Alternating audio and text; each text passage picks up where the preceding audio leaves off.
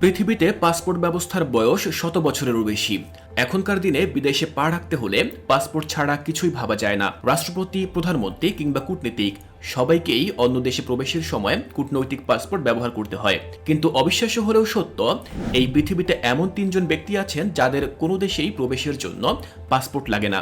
তারা যেখানে যান দরজাগুলো যেন নিজ থেকেই খুলে যায়, বরং তাদের জন্য থাকে অতিরিক্ত সম্মান, রাজকীয় আতিথেয়তা আর বিশেষ নিরাপত্তা।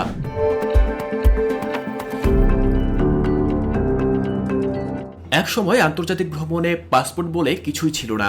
এক দেশ থেকে আরেক দেশে যাতায়াত ছিল অনেকটাই উন্মুক্ত।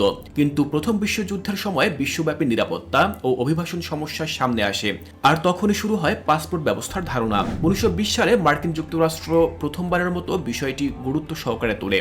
লিগ অব নেশনসে আলোচনার পর 1924 সালে আনুষ্ঠানিকভাবে পাসপোর্ট ব্যবস্থা চালু হয়। এরপর থেকে ধীরে ধীরে এটি হয়ে ওঠে প্রতিটি দেশের নাগরিকের জন্য বাধ্যতামূলক পরিচয়পত্র। আজকের দিনে ই পাসপোর্ট সেই ইতিহাসের সর্বাধুনিক রূপ।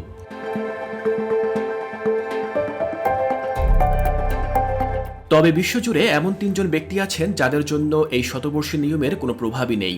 এমনই একজন হলেন ব্রিটেনের রাজা তৃতীয় চার্লস। ব্রিটেনের রাজা সিংহাসনে বসার পর থেকেই পাসপোর্ট বহনের বাধ্যবাধকতা উঠে যায়। রানী এলিজাবেথের সময় যেমনটি ছিল, তেমনি এখন রাজা চার্লসও এই বিশেষ মর্যাদার অধিকারী। রাজা চার্লস রাজা হওয়ার পর তার সেক্রেটারি বিশ্বের প্রতিটি দেশের পররাষ্ট্র দপ্তরে এক বিশেষ নোট পাঠান, যাতে জানানো হয় রাজা নিজে ভ্রমণে গেলে যেন কোনো আনুষ্ঠানিক বাধা না দেওয়া হয়। তবে মজার বিষয় হলো, রাজাই বিশেষ সুবিধা পেলেও তার স্ত্রী কুইন কনসোর্টকে অবশ্যই কূটনৈতিক পাসপোর্ট রাখতে হয়। রাজপরিবারের অন্য সদস্যদেরও এই ছাড় নেই, তাদের ভ্রমণেও নিয়ম মেনে পাসপোর্ট বহন করতে হয়।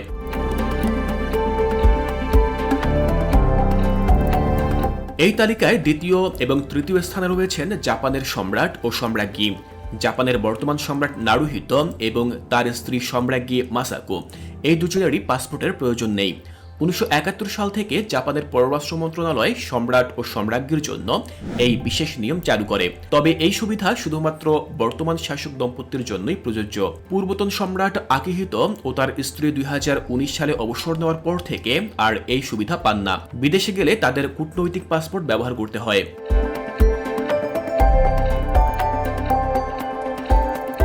বিশ্বের সব রাষ্ট্রপতি ও প্রধানমন্ত্রীকেও বিদেশে ভ্রমণের সময় পাসপোর্ট রাখতে হয়।